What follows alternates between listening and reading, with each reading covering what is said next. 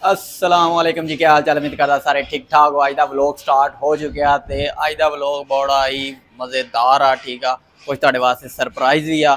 एक सरप्राइज़ तुहानूं कल दिखाता सीगा। ठीक आ, वो बस दसी आया तो दसी तुहानूं दिखा दिता। ठीक आ, वो मैनूं भी नहीं सी पता, बस एन मौके ते ठीक आ बंदे ने कहा तो मैं आर्डर करता, मंगवा लिया। ठीक आ, ओहदा सीगा ते ओनू दे दिता।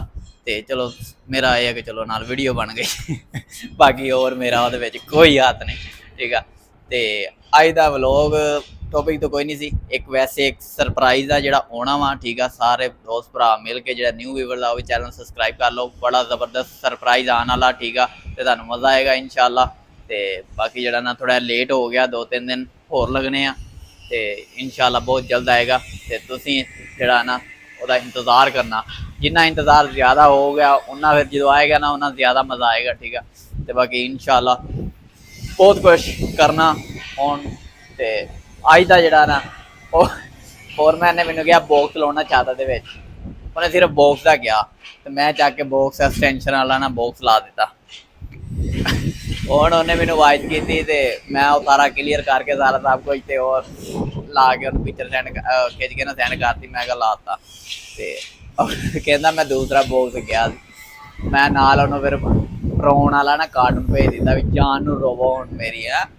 वो पहला बंदा दस दे भी केड़ा बॉक्स आ, मैं तो वही ला देना जेड़ा लगदा। ठीक आ, अगे जेड़ा लाई दा वो मैं लग जाके ला दिता।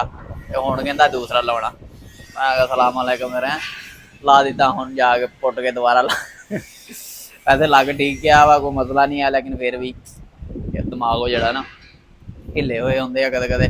ते अपनी मर्जी नाल काम जेड़ा ना जेड़ा हो रहा होंदा जिस हिसाब नाल उस हिसाब नाल नहीं करवाना होंदा।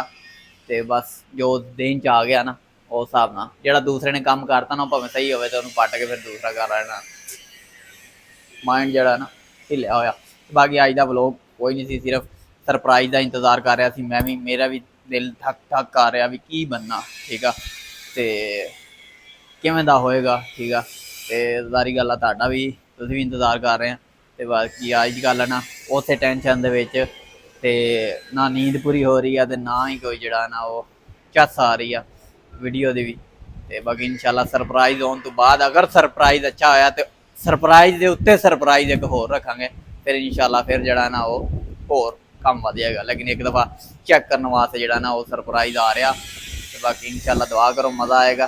तो अपनी तो पूरी कोशिश की है। बाकी देखो बाकी अज का व्लॉग एंड करते हैं, मिलते हैं नेक्स्ट व्लॉग नेक्स्ट वीडियो जल्दी। चैनल सब्सक्राइब कर दो, बेल आइकन दबा दो ताकि नेक्स्ट व्लॉग तक पहुँच सके, बात आनी मिस्टर दी का हिस्सा बन सको। तो अज का व्लॉग एंड करते हैं। अल्लाह।